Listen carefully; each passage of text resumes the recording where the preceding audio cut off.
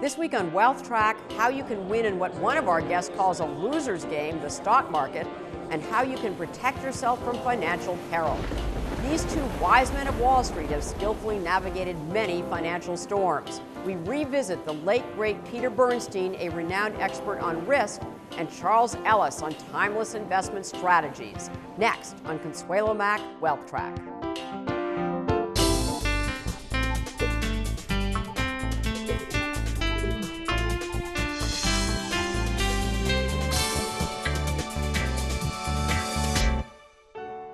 The company you keep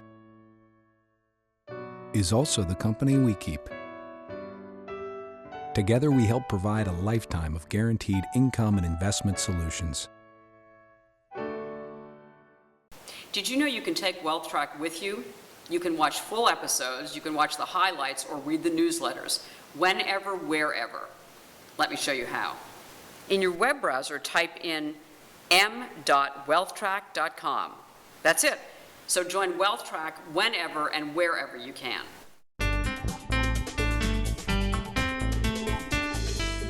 Hello and welcome to this edition of Wealth Track. I'm Consuelo Mack. Sometimes to understand the present, you have to revisit the past. That is what we are doing this week. We are rebroadcasting a Wealth Track classic, interviews we did with two of Wall Street's wisest men. One, sadly, no longer with us, the other very much alive and contributing. The year was 2006, 2 years before the financial crisis hit full force. But storm clouds were gathering for those experienced and attuned enough to notice.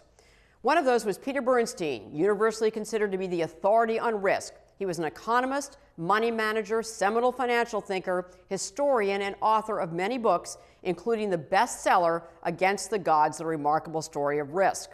His twice-monthly analysis of the economy and the capital markets, economics and portfolio strategy, was read by investors around the world. Even back in 2006, Bernstein expected relatively low returns from the financial markets in the years ahead. I asked him how we should invest. As you know, I believe passionately in diversification, so you have a little bit of everything. The United States is kind of very well worked over as an investment opportunity. So I think one goes abroad. Not only are securities abroad, both bonds and stocks, valued more cheaply than in the U.S. There are no bargains, but more cheaply than the U.S. But in the emerging market world, in the developing world, exciting things are happening. Countries that were once in the doghouse are on a roll now, largely because they're selling to us in such huge amounts. But even in Europe, which has been kind of the laggard, things are stirring, governments are changing. Nobody notices this, but productivity growth in Europe is as good or better than in the United States. They're giving it away in the social safety net rather than in growing their businesses. But this is beginning to change, and I think if something happens there, there's huge opportunities. We see Japan finally coming up out of the doldrums. So I think the opportunities are outside the U.S. Somebody once said to me, you're not diversified if you're comfortable with everything that you own. And we're always comfortable with what we know. We live in New York, we buy Con Edison. If we live in California, we buy the California utility. But that means going outside the U.S. is very important. And it's a big part of the world now. It's not a little peripheral thing. It's a major part of the world. So, You know, let me ask you about that, Peter, because I know one of the things that you have advised clients, and you and I have talked about before as well, is the importance of being well diversified and having a little bit of everything. And as the kind of the least risky way to go, and also the best way, again, to get the kind of returns that we expect that we want from our investments. But so how should we diversify, though? Because the average U.S. Investor has probably 60, 70, 80% in stocks. We've been fed this mantra that stocks provide long-term growth. That's where we should be. You disagree with that. about U.S. stocks at this point. But how do we diversify them? What should we be invested in? I mean, do some asset allocation for us. I mean, I guess today I would have no more than half my assets in the U.S. if I was starting fresh. In U.S. stocks? And well, U.S. stocks, maybe even U.S. stocks and bonds. One can do this quite easily. There are exchange-traded funds, all kinds of almost anything that you want. And exchange-traded funds that will offer a whole big piece. For instance, you can buy all the stocks in the world outside the U.S. And similarly, you can buy bonds outside the United States. And there's one for gold. If you do, just go to iShares on the internet. They have a very easy site to work with and to look. So I do not think an individual would say, I wonder what French stock I should buy or what German stock I wouldn't dare do that myself. So it should be done in funds. And these are the best ways to do it. It's worth looking at. And to talk a little bit about one of the things, again, one of your major themes has been in investing is that dividends matter. Yes. So dividends have mattered historically. Yes. I think the returns, the stock returns from reinvested dividends is, 50% or something of historical returns. That's right. So, but in this day and age, with stock payouts low and dividend yields low, do they matter as much, and will they matter as much in the future? Yes, I think they matter first because it is cash in your pocket. And at a time when who knows what earnings are, there's been so much hanky-panky all the way. Now they're going to start expensing options, and so that it gets a little more complicated. This, at least you know what it is, and you can make more of a judgment about a stock, the growth rate of dividends. But dividends at this point, I think, have two positive features that deserve attention. One is the tax rate is the same as on capital gains, 15%. Not a big number. It means 85% is yours. Right. And the other is that because the payouts are so low, and because of the tax thing and so forth, now there is pressure for companies to increase their payouts. I think dividends are going to increase faster than earnings. So if you in something where you think the earnings growth is there and the dividend, that it is important. It is important consideration. And let me Even Microsoft is paying a dividend. Yes, they are. They Yes. paid a big one, as a Yes. matter of fact. Let me ask you about that point, because a lot of analysts or strategists that one talks to will tell you that the companies that keep earnings and don't pay them out in dividends, they can grow faster and they'll give you better growth over the long term. You have found through your research absolutely the opposite. That's correct. That the lower the payout and the bigger the reinvestment, the lower the future earnings growth. There's nothing like having management a little starved for money, because then they will only choose the best investments, best things to do. If they've got lots of it, if they're plowing back most of their earnings, oh boy, it's like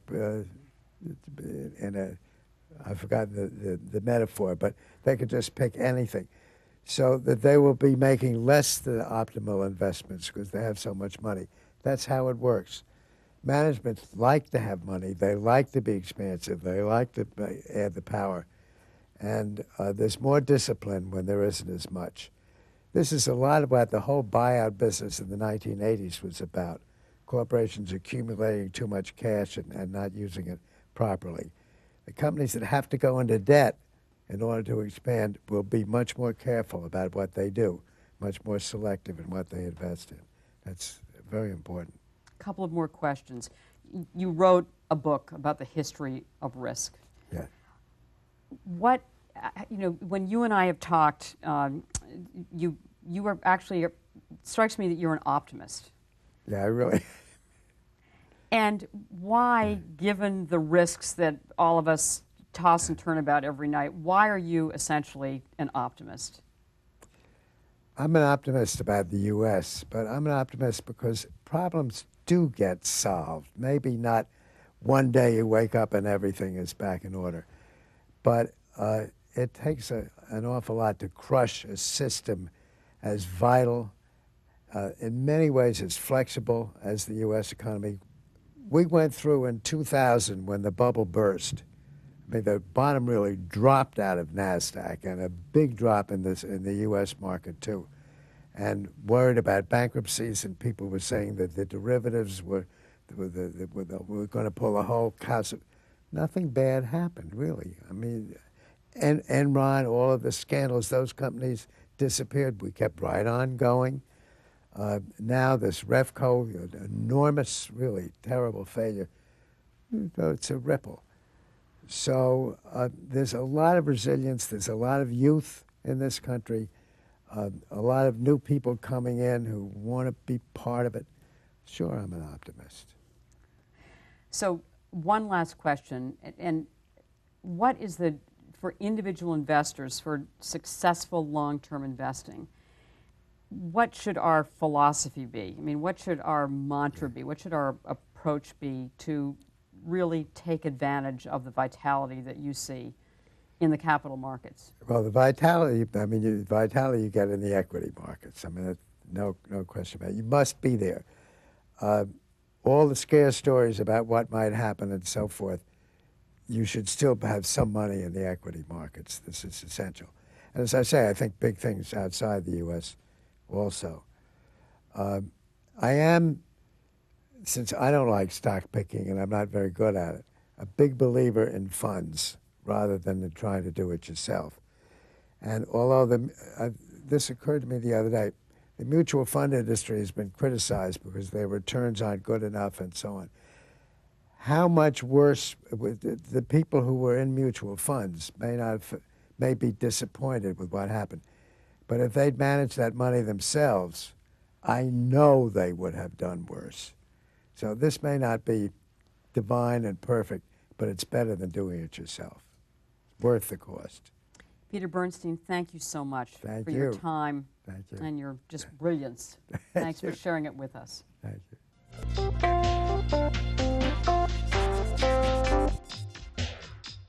Our second wise man of Wall Street is Charles Ellis.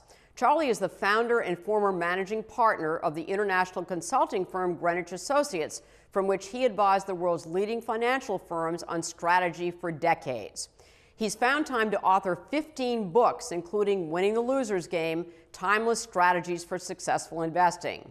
And he's also taught at Harvard and Yale's business schools. He has chaired Yale's investment committee, which oversees one of the best performing endowments of all time.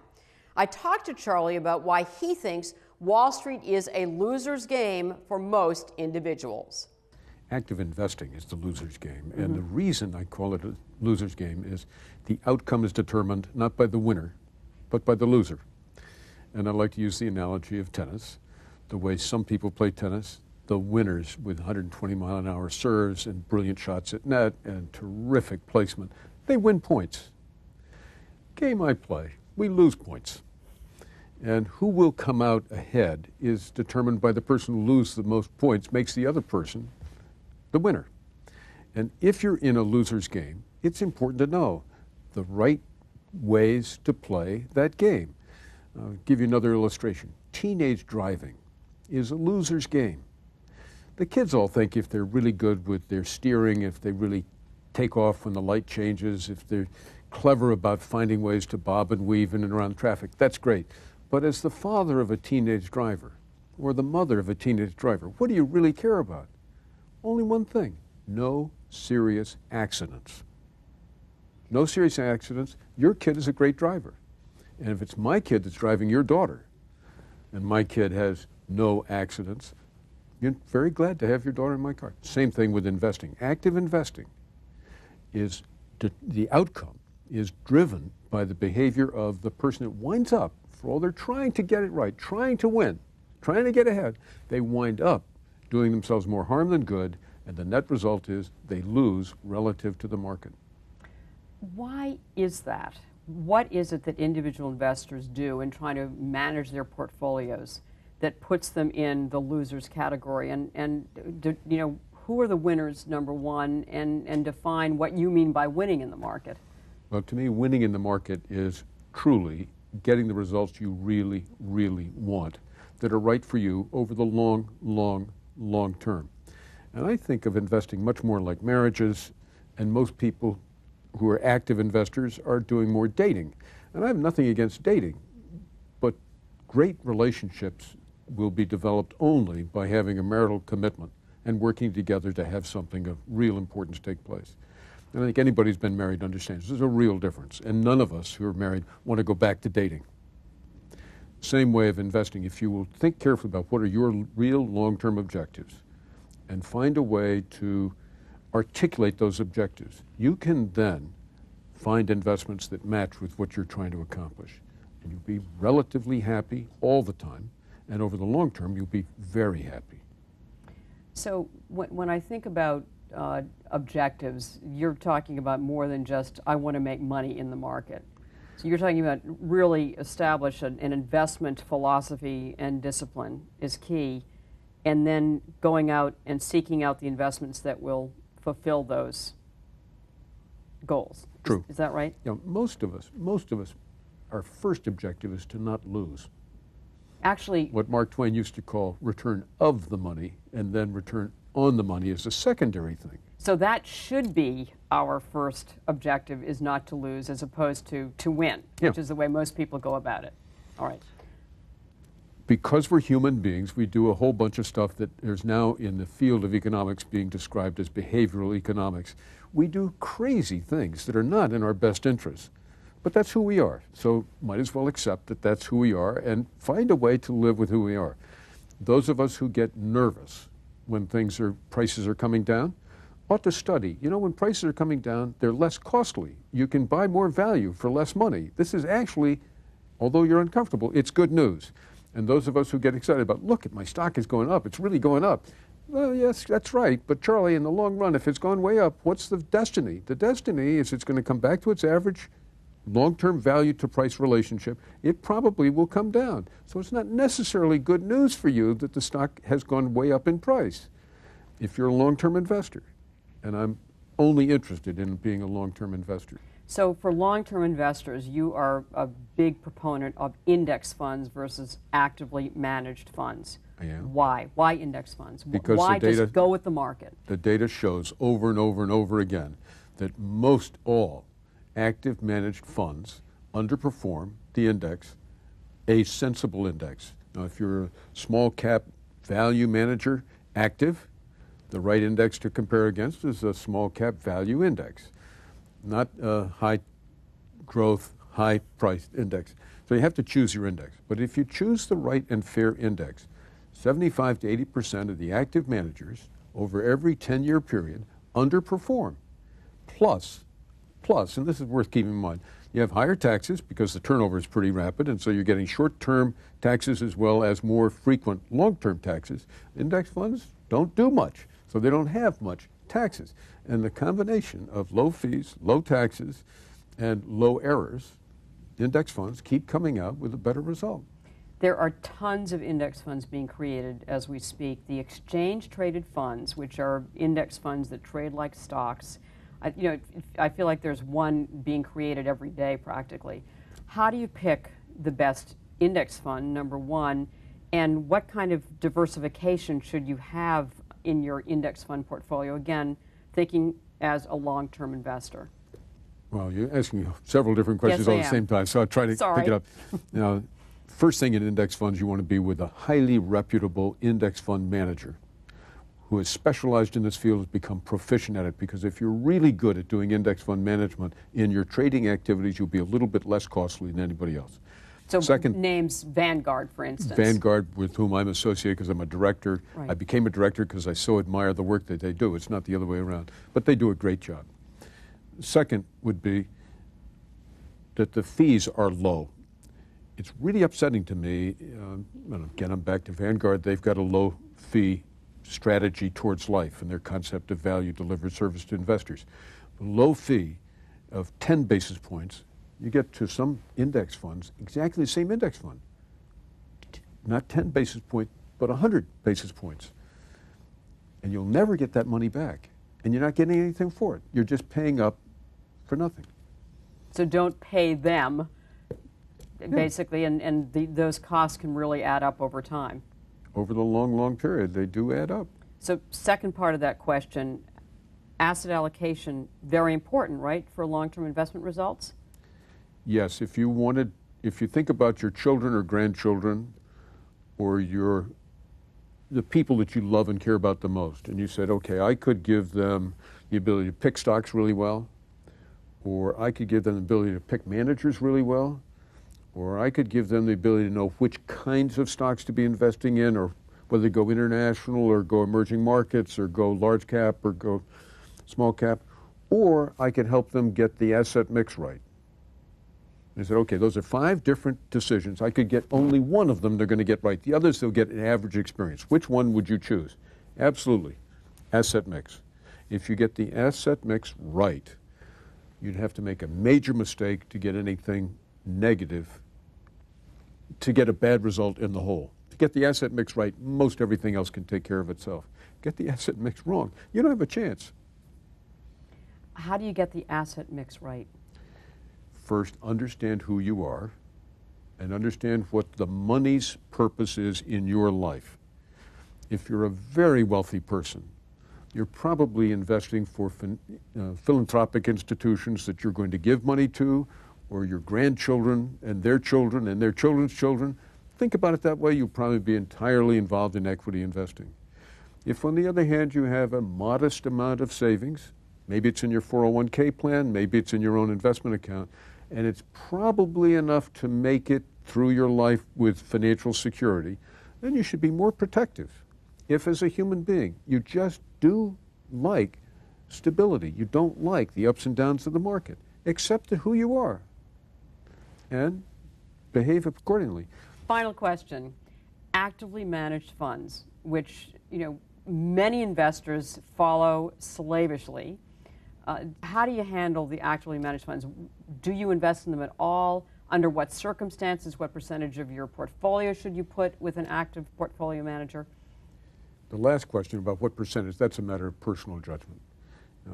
The fundamental proposition that I would put to you is, if you're going to choose an active manager, choose someone that you will stay with for at least 20 years.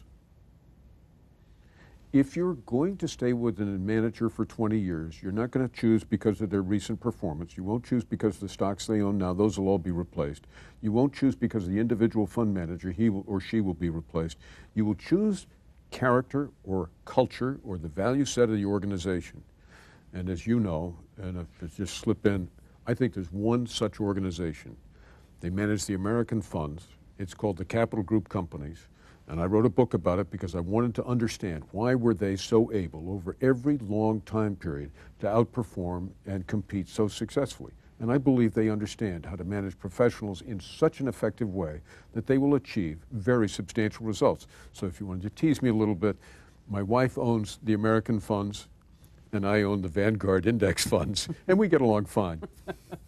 And the reason the American funds and Capital is the name of the book, that they do manage so successfully, why is it? What is it about them that has enabled them for 75 years to do so well? They start with a very strong conviction that their purpose, and they recruit for it, and they train for it, and they believe in it deeply. They drink the Kool-Aid, as they say.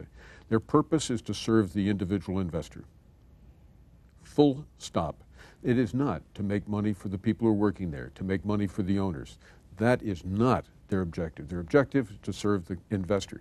And as a result, they do some very interesting things. For an example, when money market funds first came out, they would not introduce one. Why not? Because they were afraid that money market funds came out in the early mid-'70s, and that was the worst time to move out of stocks and into cash. And they didn't want to make it easy for people to make that mistake, so they wouldn't offer that. And as a result, their investors stayed more in equities and got the ride in the best bull market the world has ever seen. Charles Ellis, it is a treat and an honor to have you here. Thank you so much. Thanks.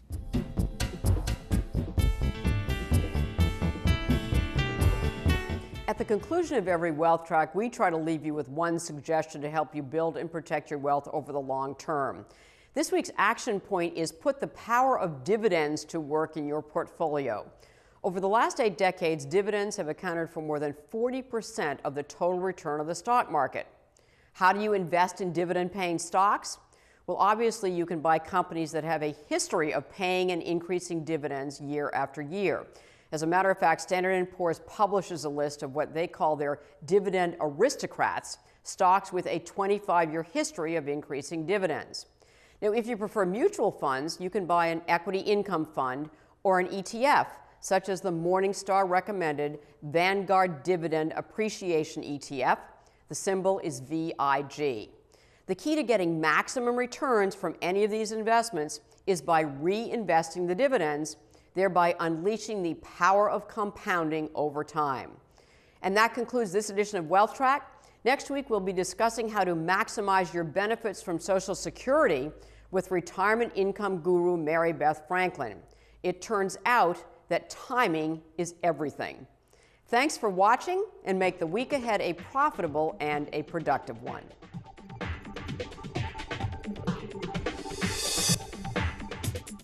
Additional funding provided by Loomis Sales, investors seeking exceptional opportunities globally. Wintergreen, your home for global value. And Research Affiliates, an efficient index for an inefficient market.